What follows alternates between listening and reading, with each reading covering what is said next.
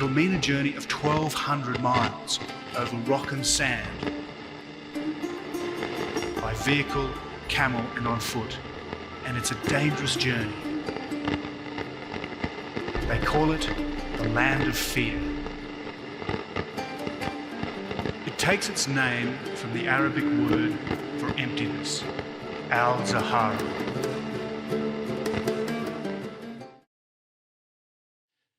The vast area that was submerged during the end of the Ice Age has never been studied by archaeology at all. And they're not in a position to say that they know that there's no possibility of a lost civilization during the Ice Age, while they haven't investigated those 27 million square kilometers that are now underwater, when they haven't investigated the Sahara Desert. When we think of the Sahara Desert, we think of endless sand. But what really lays beneath all the sand? The Sahara Desert, it's like a time machine preserving the ancient history of Earth under all that sand.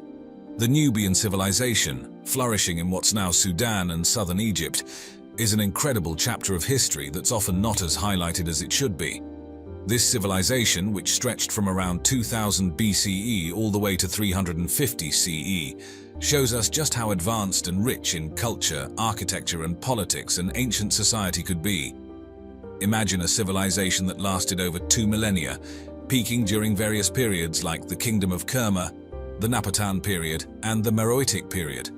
Nubia was strategically located along the Nile River, stretching from the first cataract in southern Egypt to the sixth cataract in central Sudan. This prime location along the Nile was not just for show. It played a huge role in establishing Nubia as a powerhouse of trade and economic activity. They were known for their abundant gold mines, which pretty much made them the go-to spot for luxury items like ivory, incense and ebony. These goods were highly sought after in both sub-Saharan Africa and the Mediterranean world, making Nubia a crucial hub in ancient trade networks.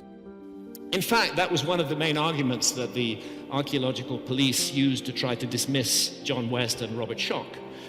They said, show us another culture that's 12,000 years old anywhere in the world, and we might listen to you. But we know that there is no culture capable of creating anything like the Sphinx until 4,500 years ago. Therefore, of course, the Sphinx is 4,500 years ago. But of course, that changed completely with Göbekli Tepe, which is a deliberately buried site, deliberately buried 11,600 years ago. Now let's talk about Nubia's relationship with ancient Egypt.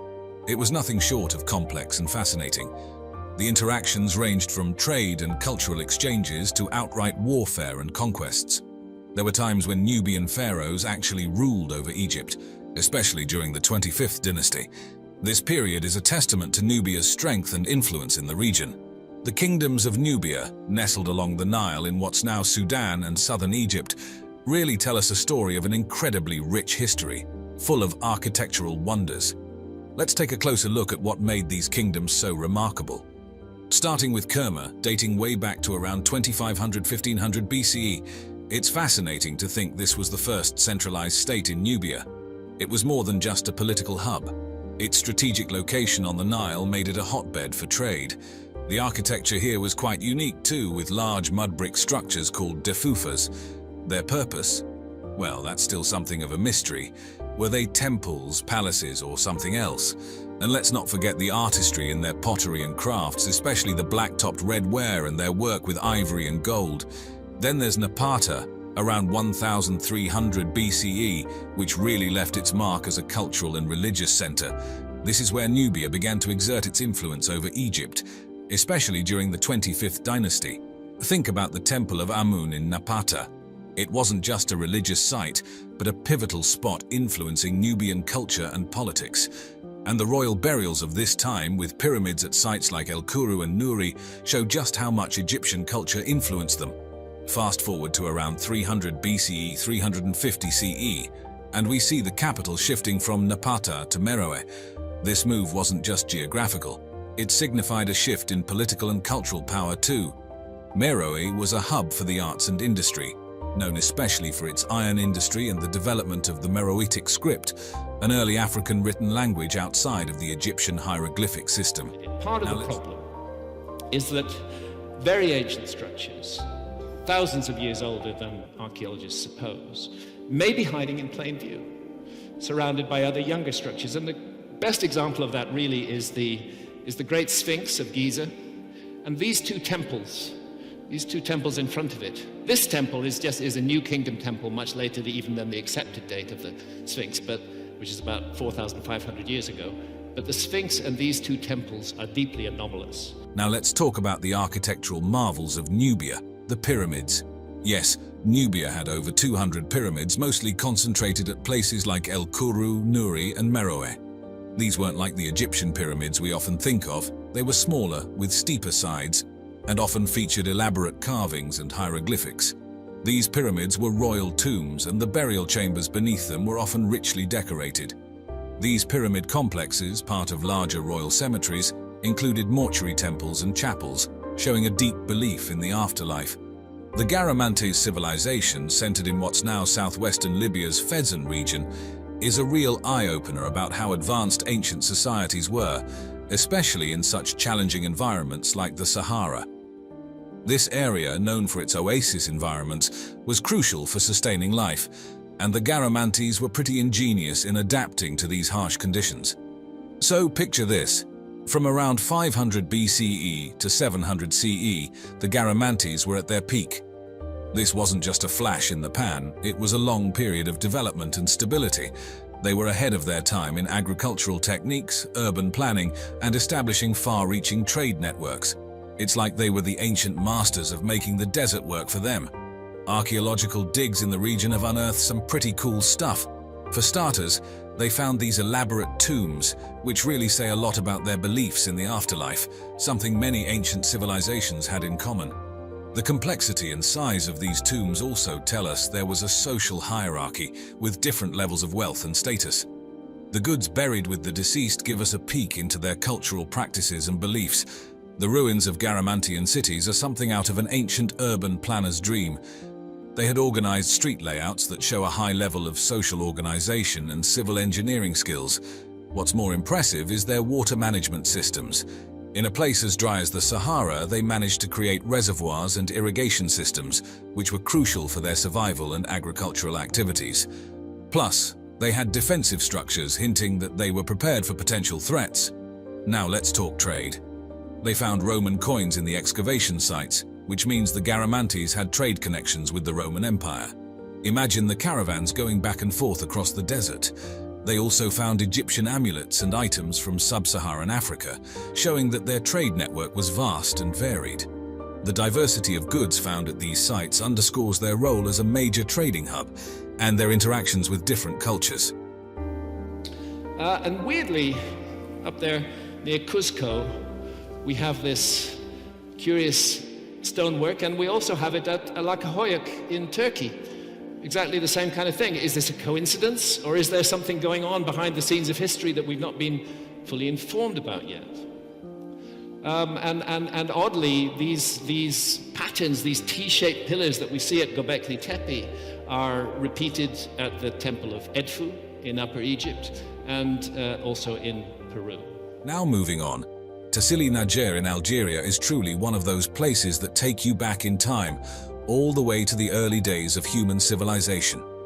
Nestled in southeastern Algeria, right in the heart of the Sahara Desert, this area is a treasure trove of history.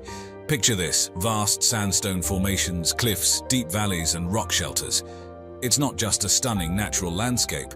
These features have been key in preserving some incredible prehistoric rock art. Now let's talk about this rock art.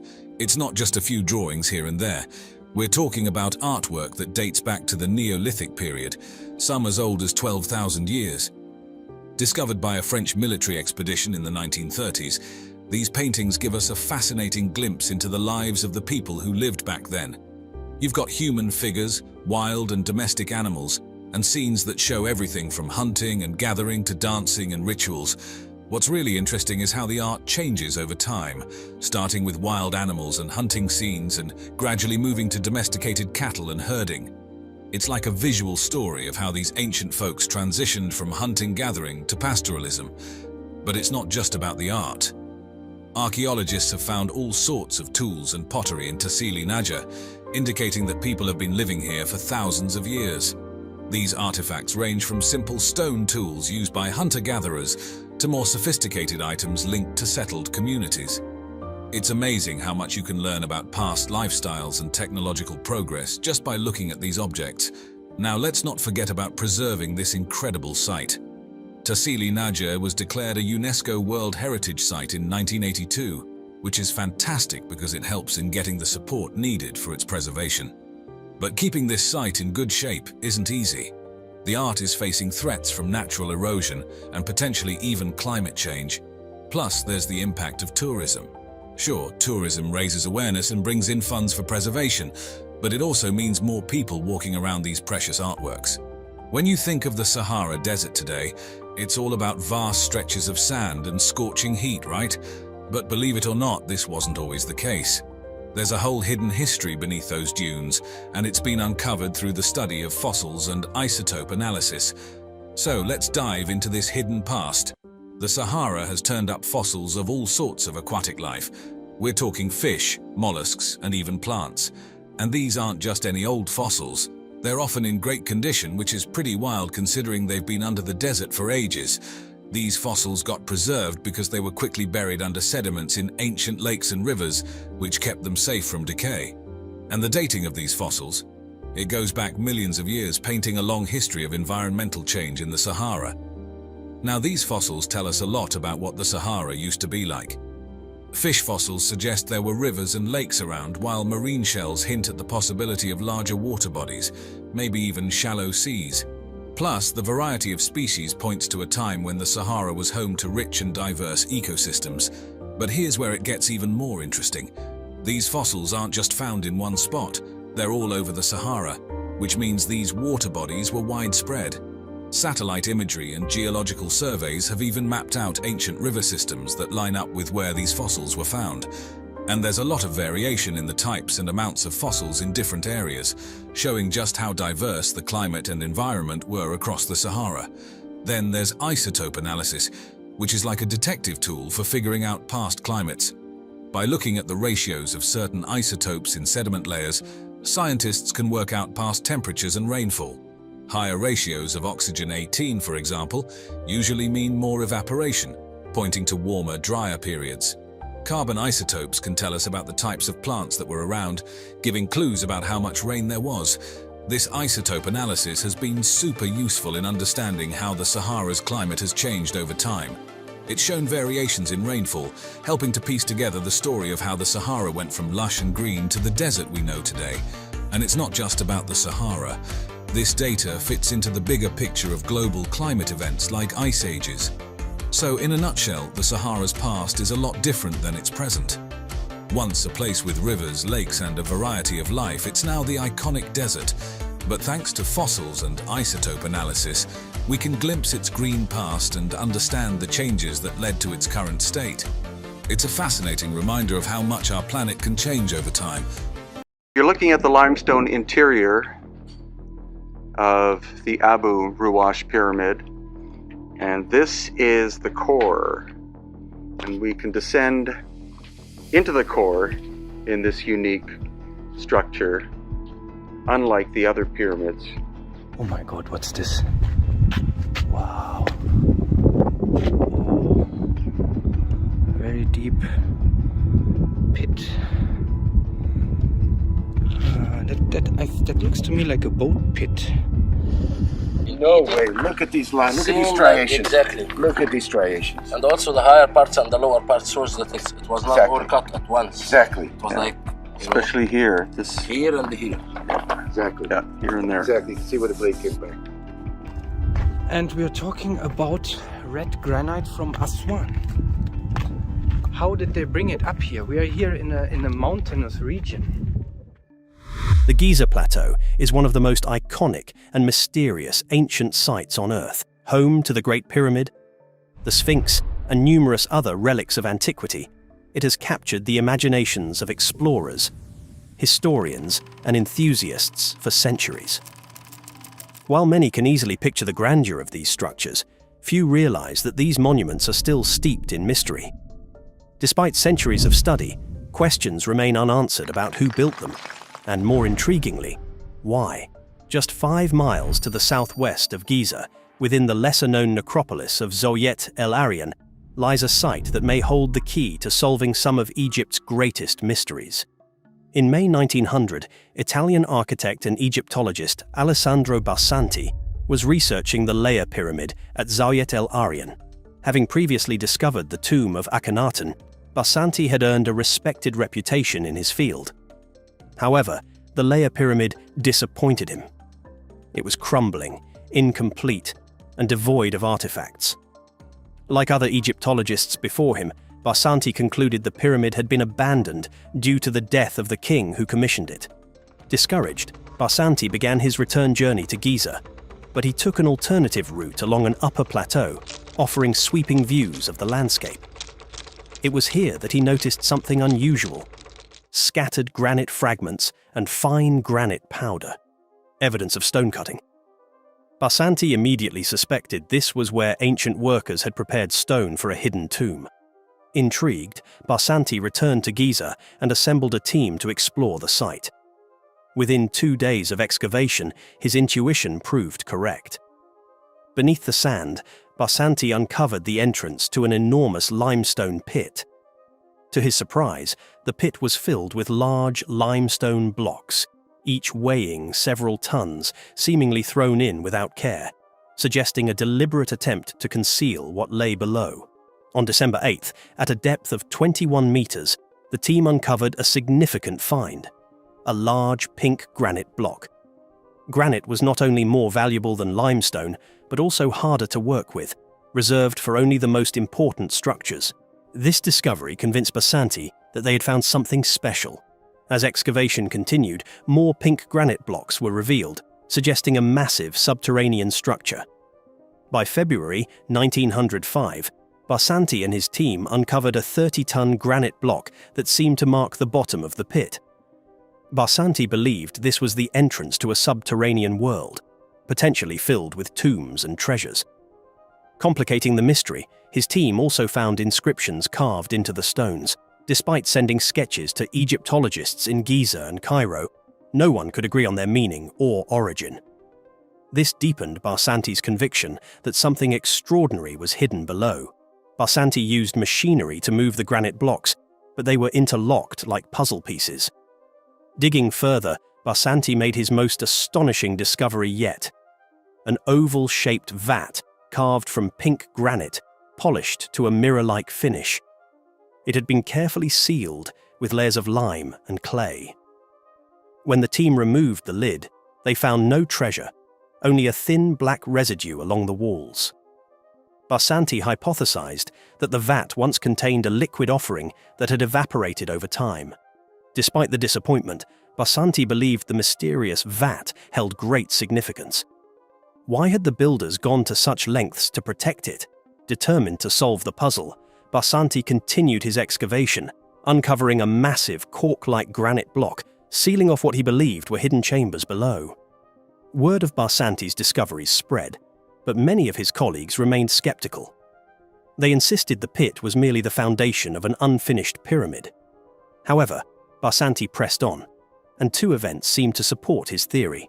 First, his team uncovered a well-finished staircase at the pit's northern end. Too refined for laborers, as if it led to ceremonial chambers.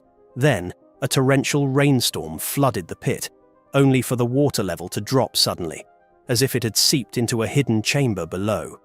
Despite mounting obstacles, including the complex interlocking granite blocks and dwindling funds, Barsanti continued his work. By 1906, however, he ran out of money and had to stop the excavation. He spent years searching for new funding and finally secured it in 1911.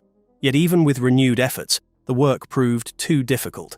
And once again, Barsanti was forced to abandon the project before uncovering what lay beneath the pit. He died in 1917, leaving the mystery unresolved. Barsanti's work sparked a lingering curiosity about Zawiyet El Aryan, but the site lay dormant for decades after his death. In the 1950s, it briefly resurfaced as the set for the movie The Land of the Pharaohs, but it was soon forgotten again. Barsanti's notes eventually caught the attention of Italian scholars Vito Maragioglio and Celeste Rinaldi. who set out to continue his work in the 1960s. However, their efforts were cut short when, in 1964, the Egyptian government restricted access to Zawiyet El Aryan, designating it as a military base. This abrupt restriction of access raised suspicions. Why was the government blocking off this site just as interest in it was reviving? To this day, many Egyptologists assert there is no mystery at Zawiyet El Aryan, claiming the pit is simply the foundation of an unfinished pyramid. Yet Barsanti, who studied Egypt's ancient wonders for decades, was adamant that this was no ordinary pyramid foundation. If the pit was just a foundation, why go to such lengths to construct a floor made of interlocking granite blocks held together by strong mortar and designed to be nearly impossible to move?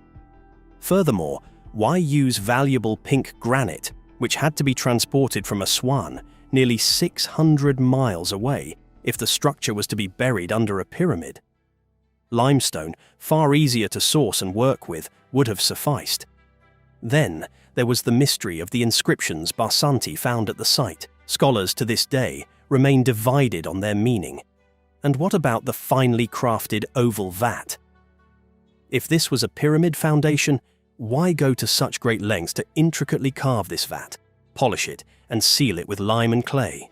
In recent years, a new theory has emerged, connecting the mystery of Zawiyet El Aryan to the Great Pyramid of Giza. For centuries, the Great Pyramid has puzzled historians.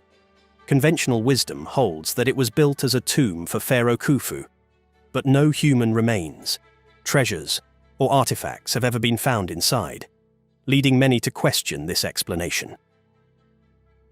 In the 1960s, Edward Kunkel proposed a radical theory. The Great Pyramid was not a tomb, but a massive water pump designed to irrigate the desert. Kunkel argued that the pyramid's internal chambers and passages functioned as part of a hydraulic system. His theory was met with skepticism, but some engineers saw merit in the idea. They pointed out that a ram pump, which uses gravity to move water, could have worked on the scale Kunkel proposed. By the 1990s, marine engineer John Cadman took Kunkel's theory further. He studied the pyramid's subterranean chamber and found signs of water damage. Cadman built a scale model of the pyramid's subterranean chamber and confirmed that it could function as a water pump. His experiments led to an unexpected discovery. The pyramid generated powerful compression waves, pulses that could create electricity. This raised a startling question. Could the ancient Egyptians have used the Great Pyramid to generate electricity? Cadman's research suggested it was possible. The pyramid's outer casing of insulating white limestone, its granite interior, and its gold capstone all pointed to a design capable of generating and harnessing electrical energy. With this new perspective, researchers revisited the mystery of Zawiyet El Aryan. Could the pit have been part of an ancient electrical system connected to the Great Pyramid? Some believe the oval vat may have played a key role in this system, with the black residue providing evidence of a long-lost process for generating electricity. Perhaps this is why the Egyptian government sealed off Zawiyet El Aryan in the 1960s. What secrets lie beneath the pit? Could it hold proof of an ancient civilization's advanced technology? As research continues, we may one day uncover the truth about an ancient Egypt far more advanced than we ever imagined. If you were captivated by this video's journey, prepare to be transported once more. Our next video unveils the enigma of the forgotten pyramids of Meroe, a hidden world of ancient wonders waiting to be rediscovered. I mean, it's just crazy. We've talked about, alternative theories to how the pyramids were built. Yeah. I'm willing to accept that the Great Pyramid was largely completed by the ancient Egyptians. But remember that the ancient Egyptians tell us in many of their texts that everything they knew was a legacy. It was all an inheritance of the gods, and I don't construe the gods as aliens. In many ways, it was the mystery of the Sphinx that really broke everything open, brought everything to the public attention. Now, what we're talking about for the people that are uninformed is the idea that some of the structures in ancient Egypt are far older than conventional wisdom or conventional modern-day archaeology, modern-day Egyptologists. They would like us to believe that all of this spawned from a very specific time period. Dynastic Egypt, as we know it, going back to about 3000 BC, was really a legacy of what I call now an earlier cycle of civilization. As a geologist with a geological eye, this was not weathered by wind and sand. This was not desert erosion and weathering that I saw on the Sphinx, the body of the Sphinx, which is very difficult to tell because it's been heavily repaired and reworked, but particularly on the walls of what are known as the Sphinx enclosure. The Sphinx enclosure is important because it preserves a lot of the details. And if the audience has not been to Egypt, they should realize that when they carved the Sphinx, it's all solid bedrock, only the head initially was above the ground surface. They carved down into the rock to free up the body, what I call the core body of the Sphinx.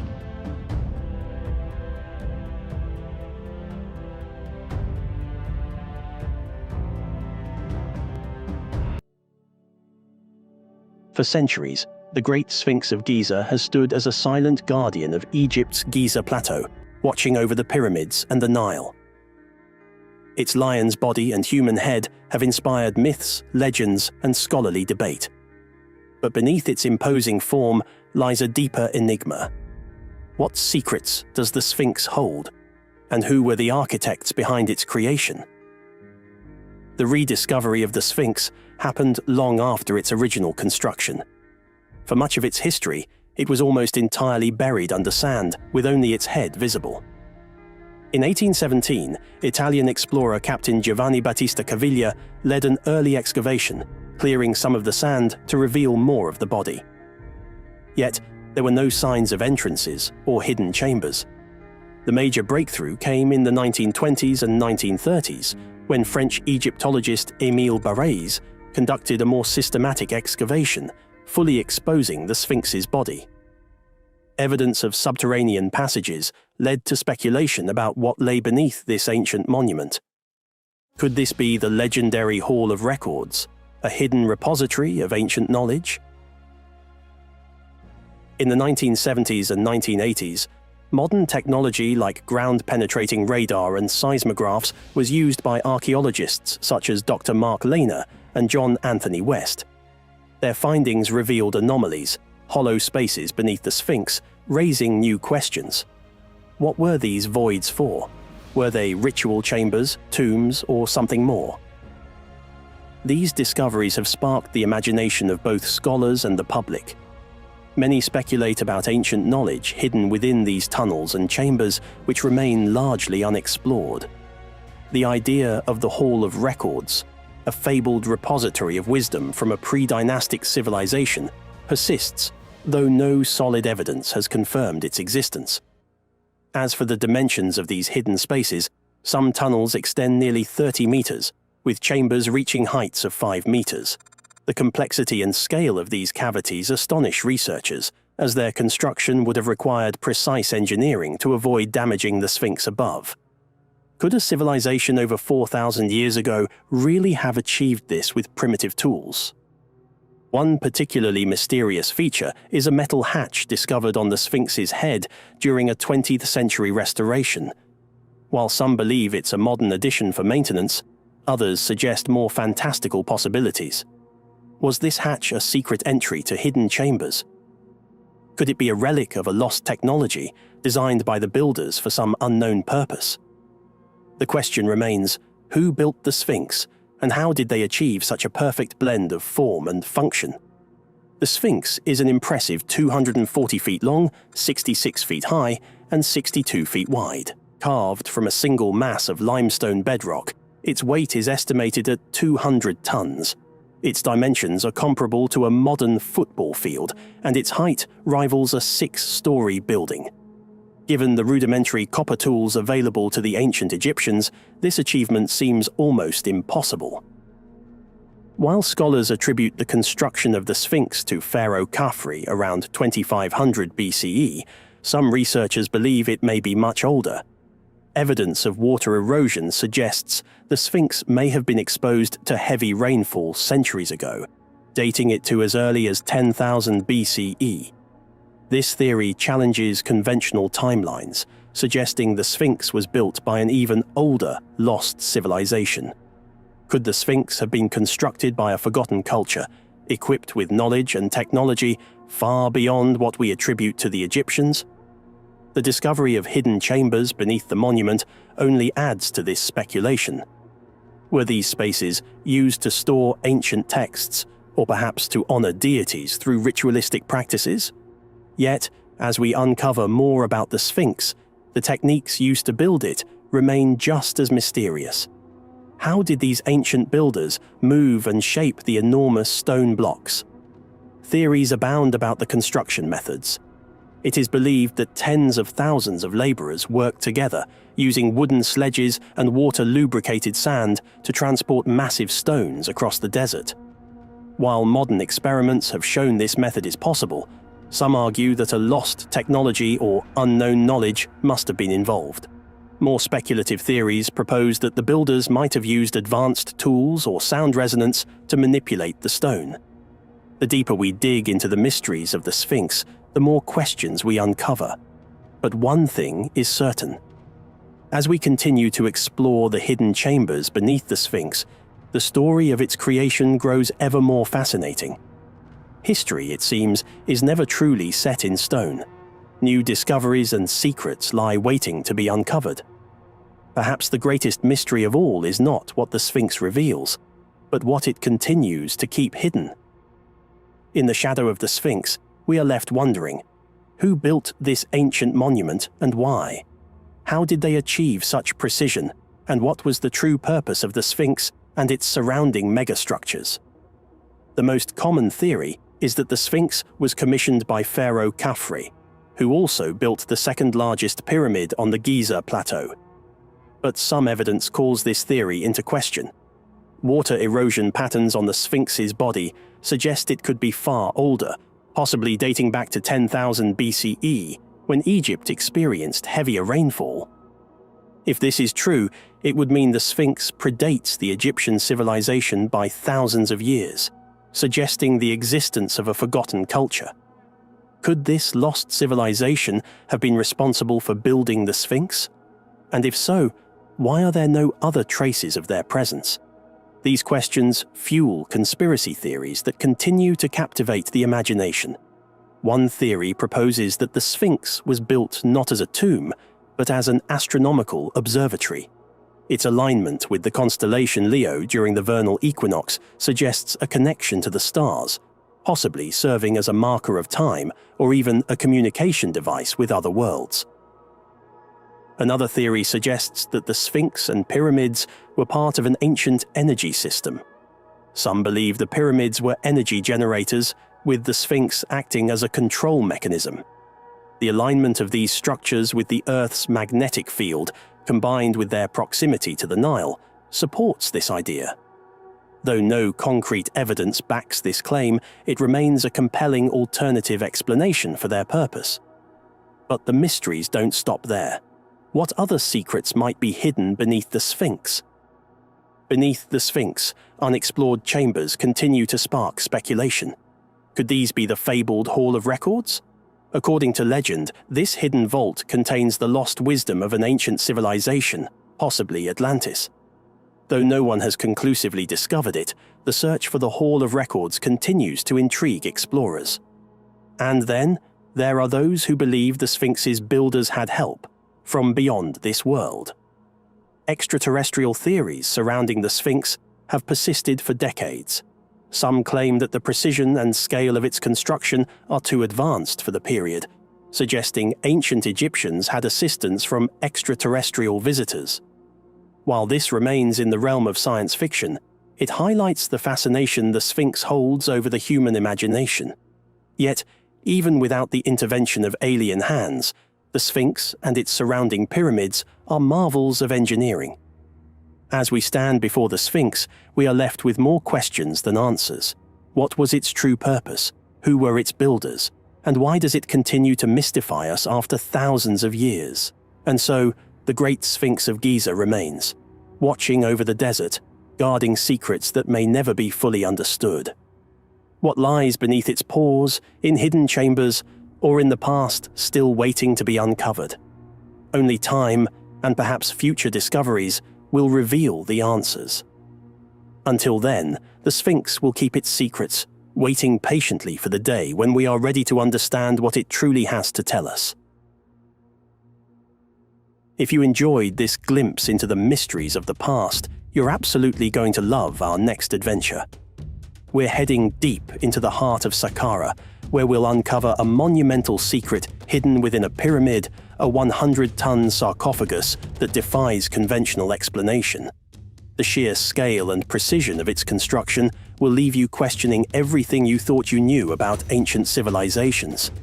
Get ready to witness the impossible as we explore a site that pushes the boundaries of human capability.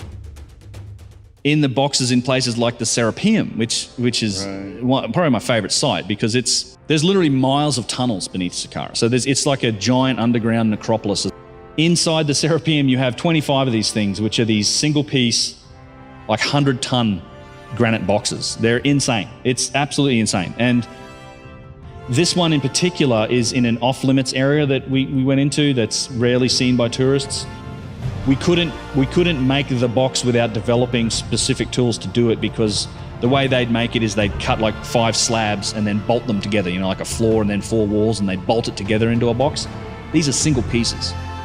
So what's impressive about that is it's like you have to quarry this one block of stone and then dig it out.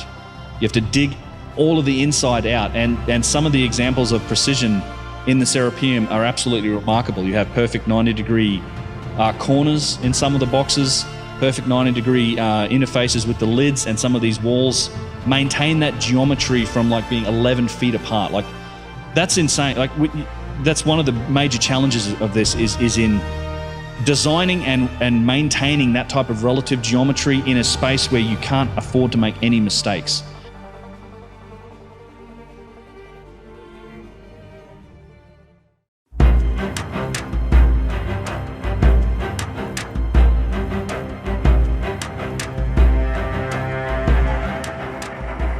The ancient underwater city of Alexandria, located at the mouth of the Nile River in Egypt, is a treasure trove of archaeological wonders and historical insights.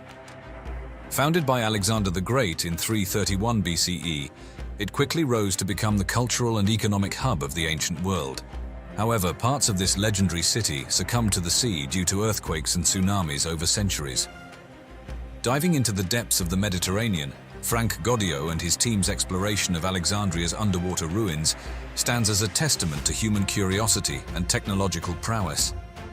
The discovery of this ancient city submerged beneath the sea intertwines the grand narratives of history, technology, and myth, offering a window into one of antiquity's greatest civilizations. The use of state-of-the-art technology, including submersible robots and sophisticated sonar mapping, marks a significant evolution in underwater archaeology, reminiscent of the groundbreaking exploration of the Titanic wreck. Yet, while the Titanic's discovery opened the deep sea to archaeologists, Goddio's project breathed life back into ancient urban landscapes, showcasing the advancements in archaeological methods. The preservation of artifacts and structures found underwater presents unique challenges, starkly contrasting with those encountered in the preservation of the Dead Sea Scrolls.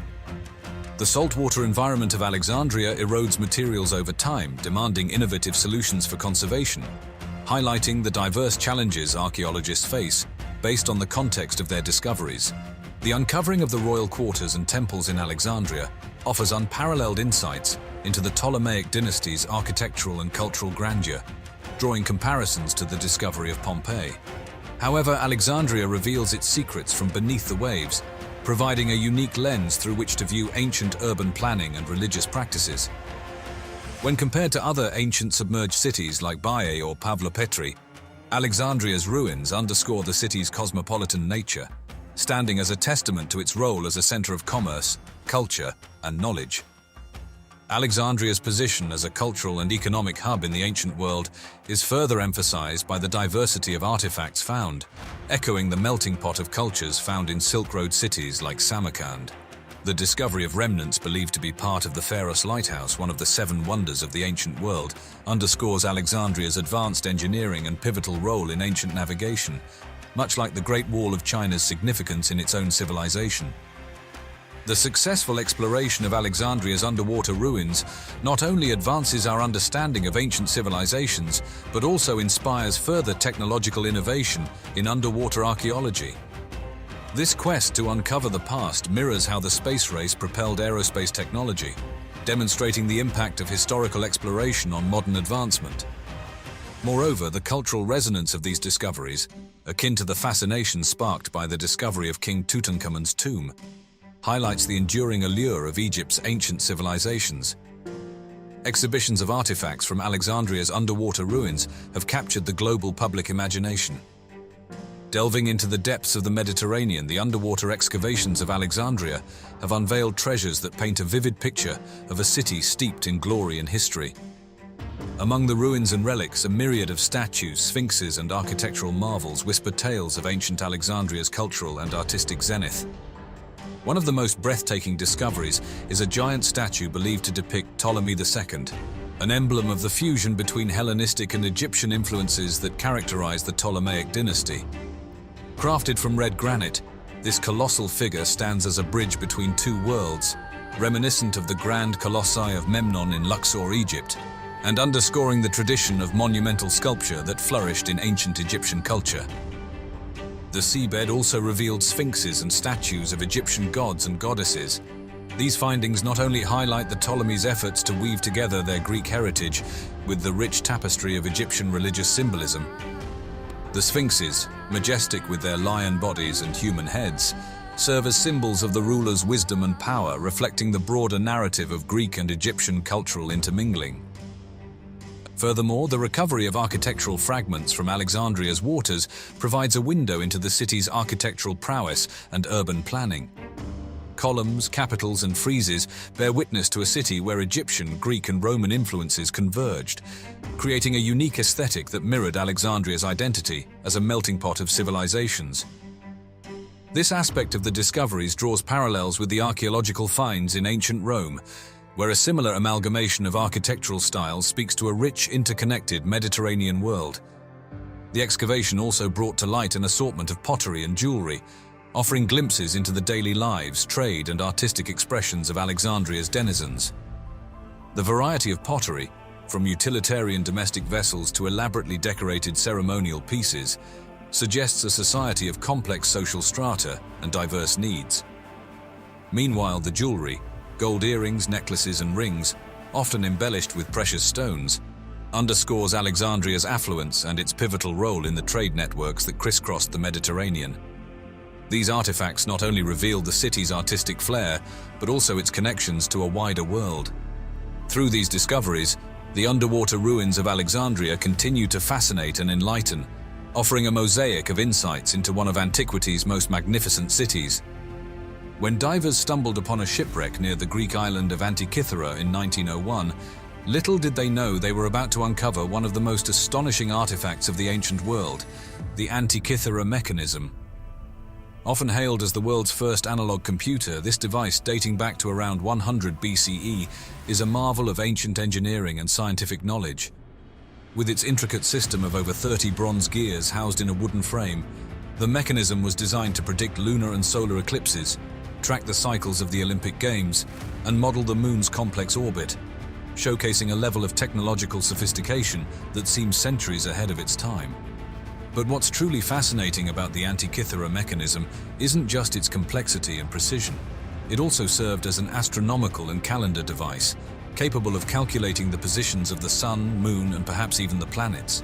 It featured dials for the zodiac and solar calendar, embedding celestial phenomena within the fabric of timekeeping in ancient Greek society. Inscriptions on the device acted as a user guide, revealing a profound understanding of astronomy and mathematics among its creators and users. While the origins of this extraordinary artifact remain speculative, many believe its connection to Alexandria isn't far-fetched. Known as the intellectual beacon of the Hellenistic world, Alexandria was home to the legendary library and the museum, a research institution that attracted scholars like Euclid, Hero, and Archimedes. Their contributions to mathematics, physics, and engineering could very well have influenced the creation of the Antikythera mechanism, suggesting it may have originated from this vibrant scientific community.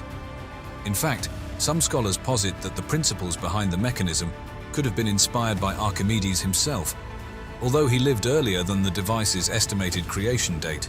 The discovery of the Antikythera mechanism in a shipwreck hints at the extensive trade networks and cultural exchanges of the time, linking Alexandria with other Greek locales, including Antikythera.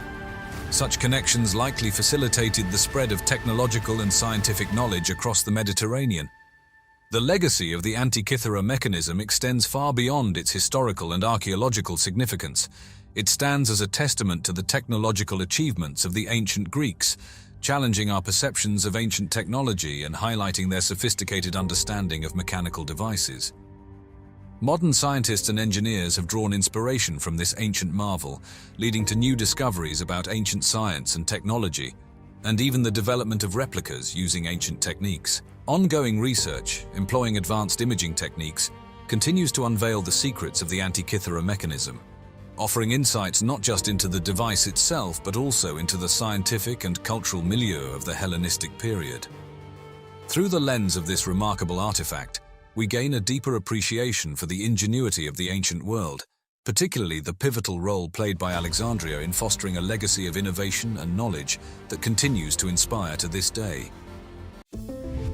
Imagine a city so ancient, the Great Pyramids of Giza are recent history by comparison. Our journey begins not in Egypt, but thousands of years earlier.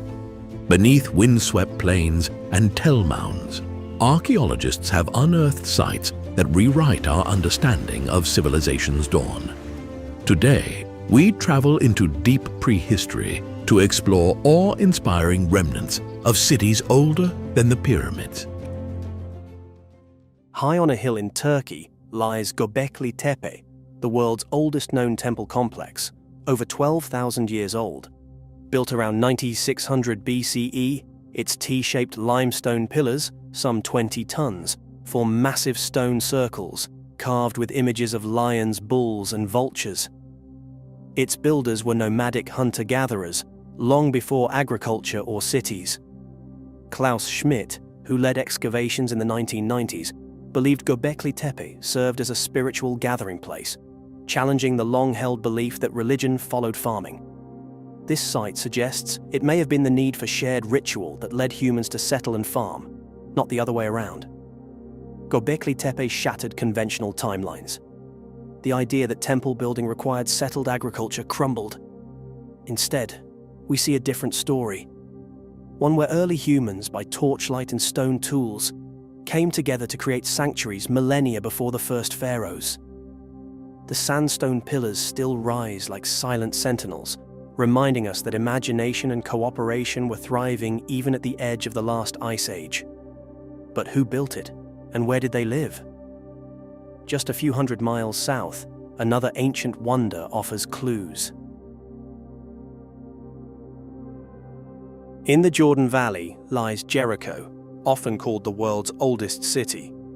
Excavations at Tel es Sultan revealed stone walls and a round tower dating back to around 8000 BCE, built by some of the first settled communities. The wall stood 4 meters tall. The tower rose 28 feet, astonishing architecture for its time. Whether built for defense, flood protection, or ritual, these structures point to social organization and collective labor. Jericho's early residents lived in mud brick homes, raised livestock, and cultivated barley. With 2,000, 3,000 inhabitants, it was a true town. Jericho's existence proves that the seeds of urban life, permanent settlement, communal building, long-term planning, were planted well before the monumental age of Egypt.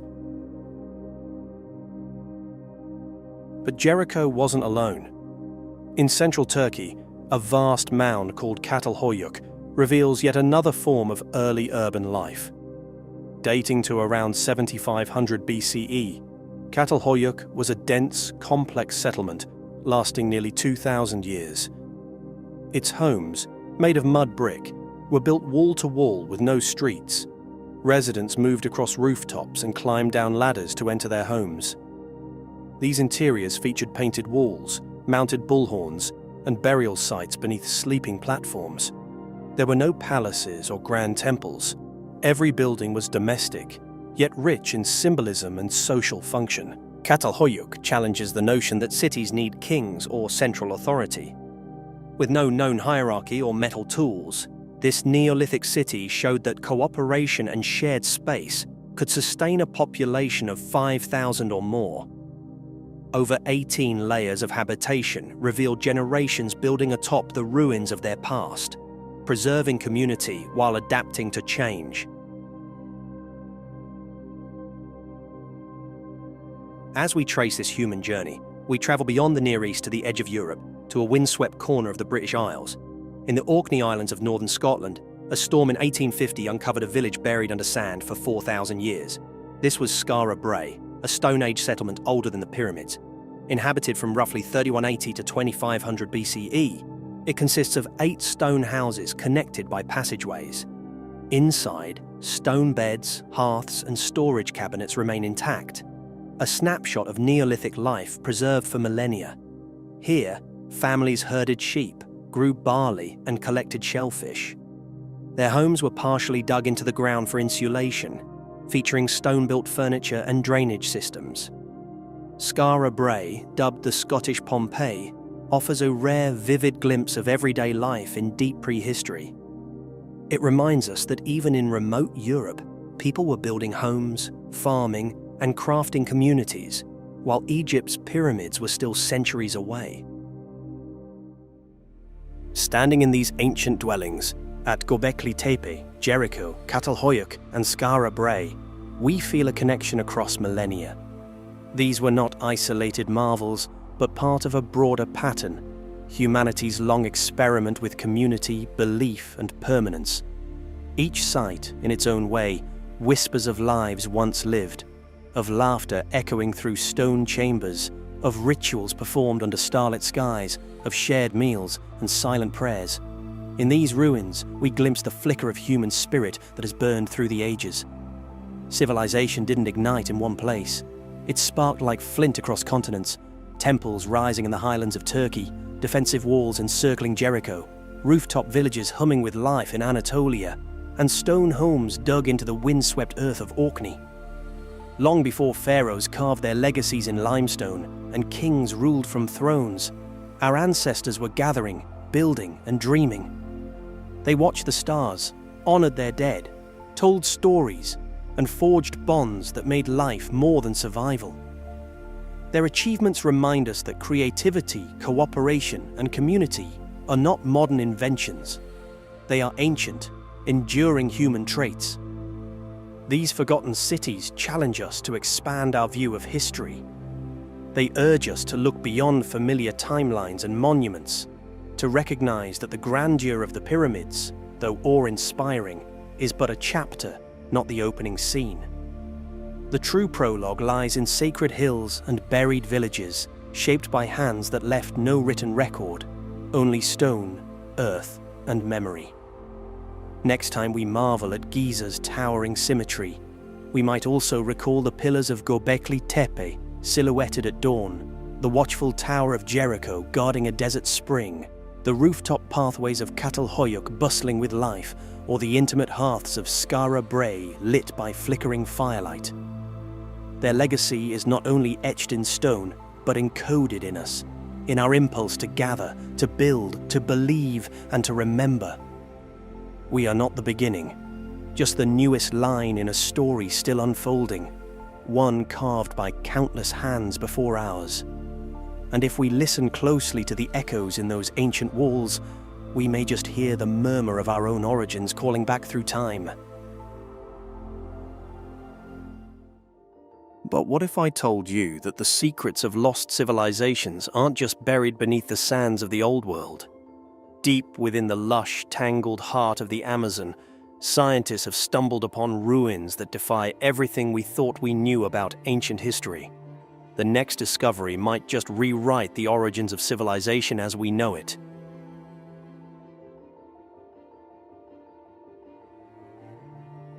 We could have the proof that the city of Tunis and the city of Heracleion were one and the same city.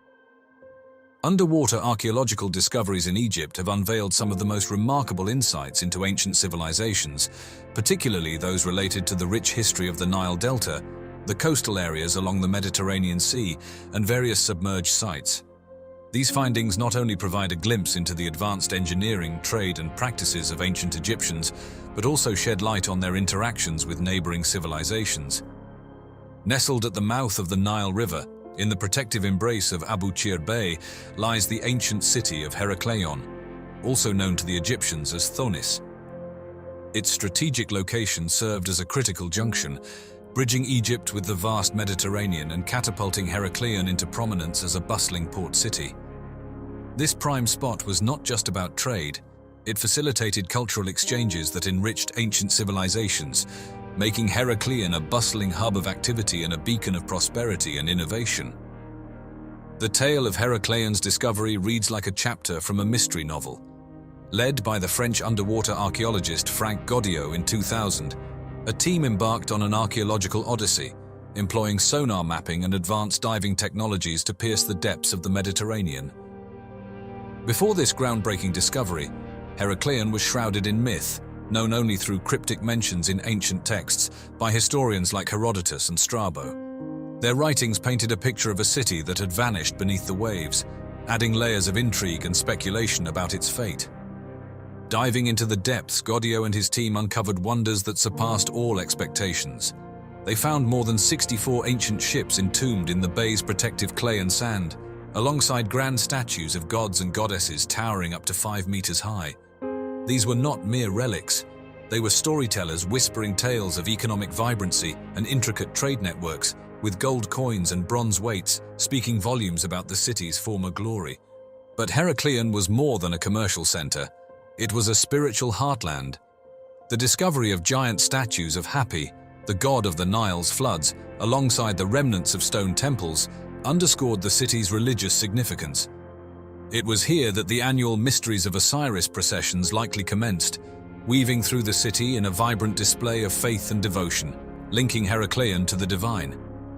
The city's layout, with its network of canals and basins, evoked comparisons to Venice's famed waterways. This sophisticated urban planning facilitated not just local trade, but played a pivotal role in international commerce, laying the foundations for Heracleion's prosperity. Amidst these discoveries, a compelling theory emerged about the city's sudden demise. Some scholars suggest that a catastrophic blend of geological subsidence and a tsunami, perhaps triggered by an earthquake, engulfed Heracleion in a tragic overnight fate. Sediment analysis supporting this rapid submersion theory presents a city frozen in time, a Pompeii beneath the waves.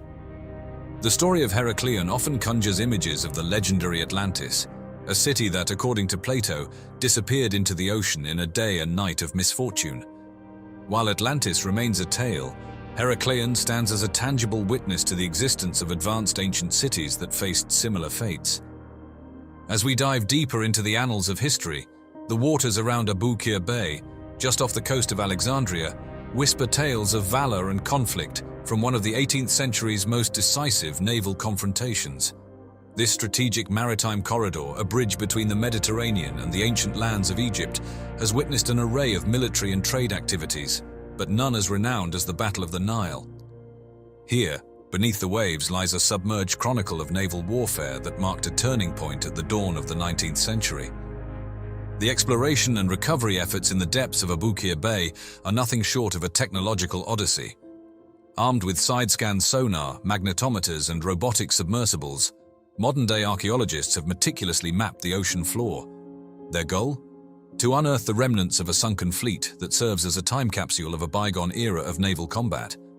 What they found was not just the skeletal remains of warships, but a collection of personal items, shoes, buttons, grooming tools that paint a vivid picture of the sailors who once manned these vessels. These artifacts, along with cannons and musket balls, narrate the fierce battle and the state of naval armament at the time. The significance of these findings cannot be overstated.